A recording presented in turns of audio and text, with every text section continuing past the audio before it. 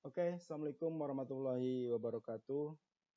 Selamat datang di pembelajaran SAP PP Modul dengan saya Ahmad Yusuf Arif. Untuk Anda yang ingin serius mempelajari SAP PP Modul, saya sudah menyediakan situs www.sapindonesia.net ya. Di situ saya membahas tentang SAP PP Modul, khususnya yang production order ya. Kenapa demikian? Karena ada lagi SAP yang sifatnya berbeda untuk company yang berbeda. Maksudnya untuk company yang berbeda, yaitu SAP proses manufacturing yang nanti kita akan bahas ya. Di silabus SAP PP Modul itu secara pembahasan mulai dari master data, planning process, ya, MRP, production order execution, semua sudah saya tuangkan di dalam artikel di recent post ini ya. Nanti Anda bisa baca-baca. Tapi kalau untuk yang agak di sini banyak, Anda bisa lihat di menu atas. Ini saya juga udah saya sesuaikan dengan yang di silabus, misalnya tentang demand management, tentang MRP, Anda di sini ada menunya tentang MRP ya. Semua sudah grouping berdasarkan menu dan silabus ya. Jadi untuk memudahkan Anda mempelajarinya. Hanya saja di sini durasinya tidak lama. Saya video tutorialnya itu memang di setiap sub-sub ini dibahas tentang konsep proses produksi, proses bisnisnya, juga disertai dengan video tutorial. Cuman durasinya tidak lama, sekitar 10 sampai 15 menit ya. Untuk Anda yang memang ingin serius mempelajari mempelajari SAP PP dengan saya sudah menyediakan materi secara full ya. Setiap sub-subnya ini 1 jam ya, beserta file PPT-nya yang lengkap, kemudian juga video tutorialnya beserta skenario yang ada di modul itu. Saya perlihatkan semua, termasuk juga kalau ada yang berhubungan dengan konfigurasinya saya buka semua gitu ya. Jadi Anda tidak akan rugilah belajar dengan saya karena itu mendasari untuk Anda boleh dibilang saya berharap sih menjadi konsultan SAP gitu ya, PP khususnya gitu ya. Karena memang tuntutan untuk menjadi konsultan itu salah satunya selain menguasai bisnis proses ya dari modul ya, baik itu modul PP, SD, MM, FICO, PM, QM dan semuanya. Juga tadi pertama menguasai bisnis proses ya, menguasai bisnis proses dari modul itu SAP PP ya. Juga Anda menguasai konfigurasi. Nah, ini yang penting dari kursus saya ini, saya memberikan satu pengajaran konfigurasi ya. Dan itu memang jarang sekali konsultan memberikan ilmunya ya. Karena memang ya dianggapnya sulit lah ya. Saya melihat jerih payah mereka untuk belajar juga lumayan capek gitu ya. Sehingga untuk memberikan ilmu secara gratis mungkin dia pikir suatu hal yang terlalu mudah gitu. Kalau bagi saya enggak. Saya sih di awal saya udah niatkan bahwa ini memang adalah untuk memudahkan, untuk merubah paradigma atau anggapan orang bahwa SAP itu susah gitu ya. Dengan saya seharusnya SAP menjadi lebih mudah gitu.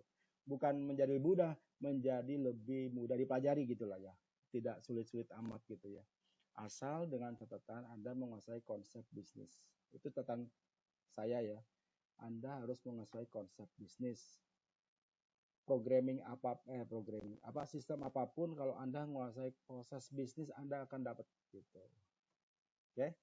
Nah, satu hal lagi untuk yang konfigurasi, tentu saja Anda jangan langsung mempelajari ke sini ya, ke konfigurasi nanti malah akan menjadi bingung gitu. Jadi harapannya konfigurasi ini adalah babak terakhir. Karena Anda harus kuasai dulu konsep-konsep di awal, konsep-konsep dari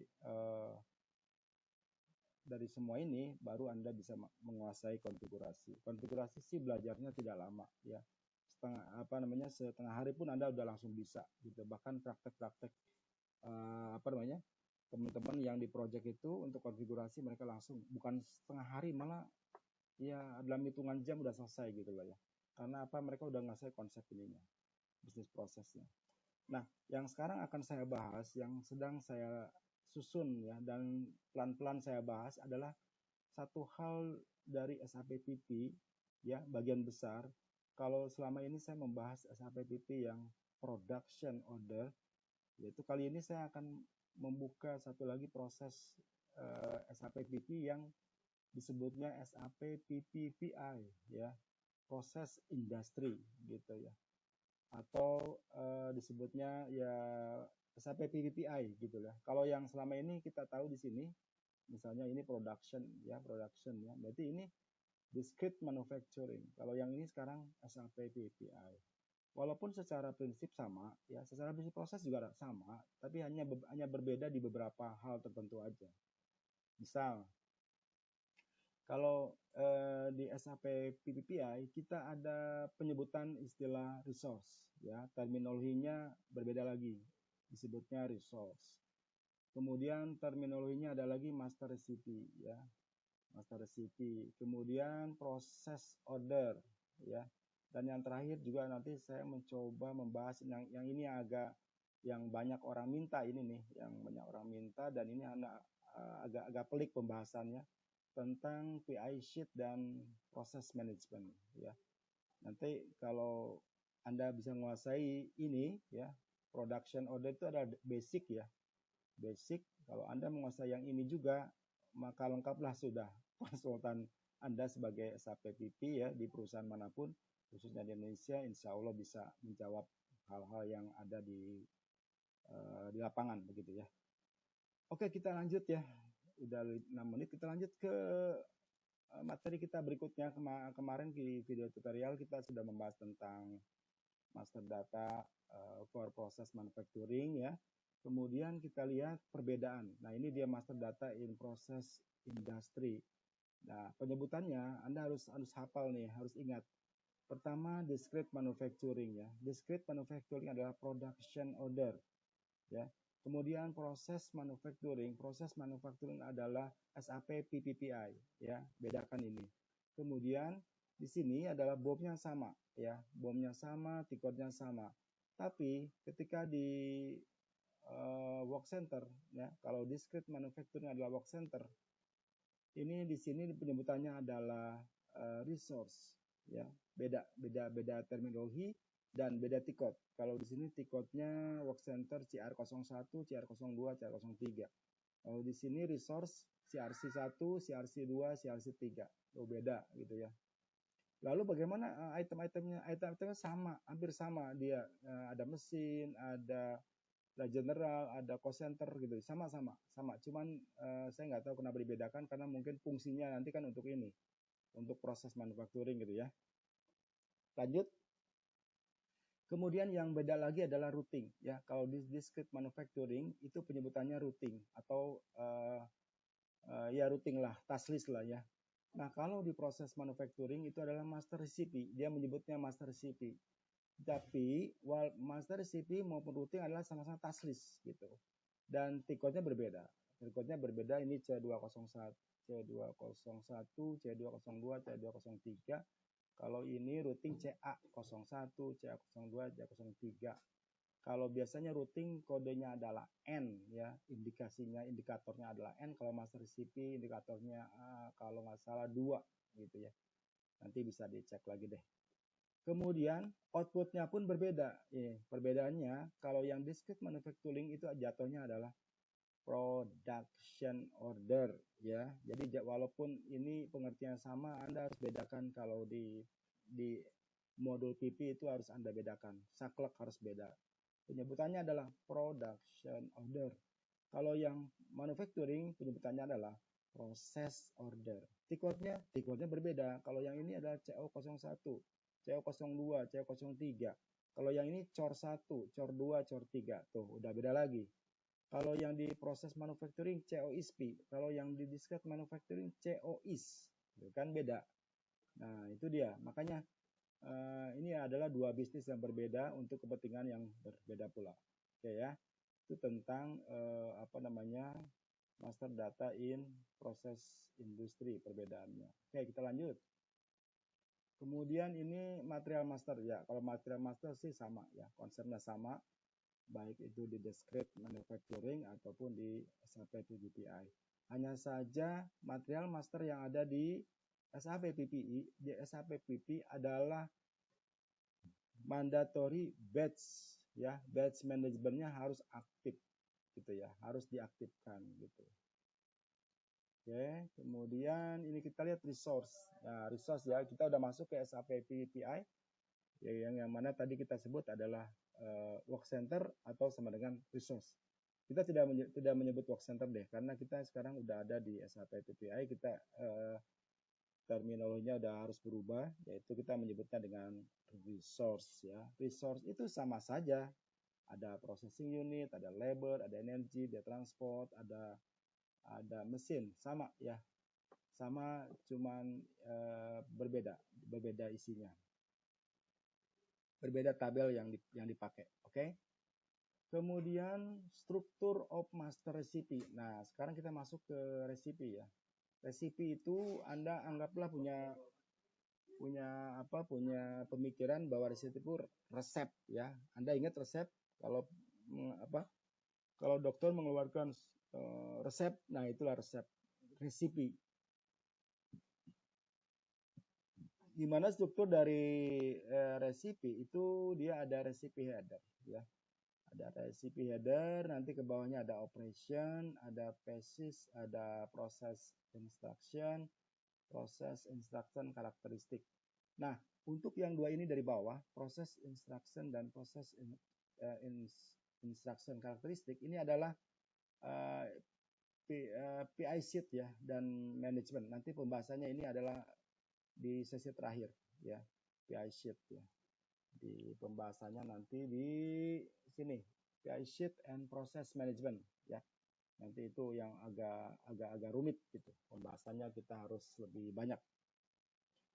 Oke, ya itu operation. Operation ya berarti sama aja. Dia ada work center, pace ya, dia ada apa namanya, sama aja seperti kayak routing gitu ya. Di operation ada phases 20, 10. Nah, yang Anda perlu perhatikan di sini ada rangkaian dari operation dan phases ini.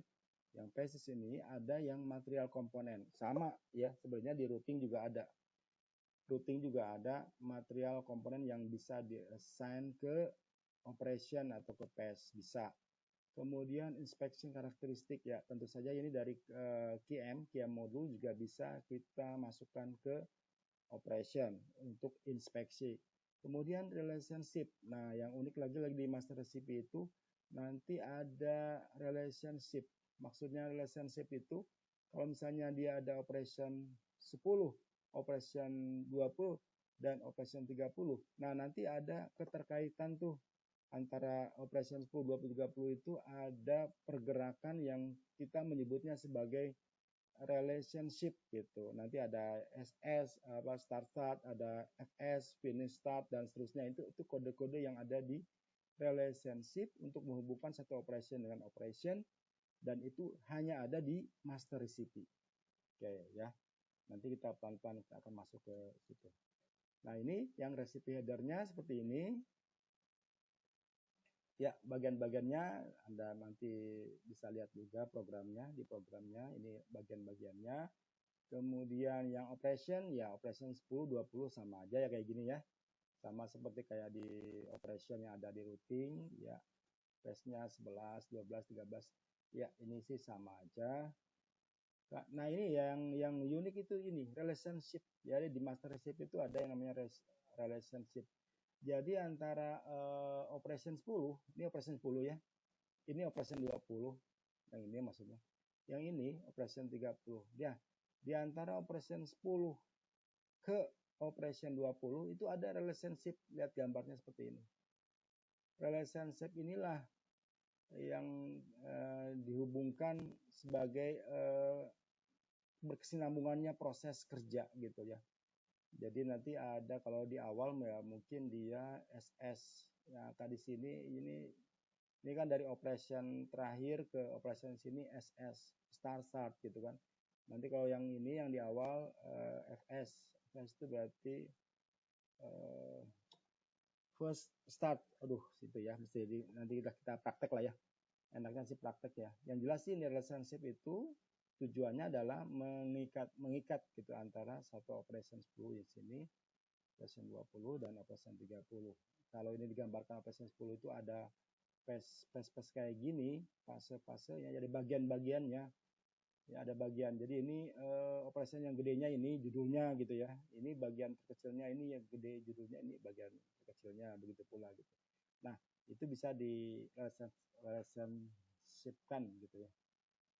Oke, kemudian production version ya, ini yang terakhir adalah menentukan alternatif dari BOM yang akan dipergunakan bersama-sama dengan master recipe untuk menghasilkan sebuah material atau membuat sebuah master plan.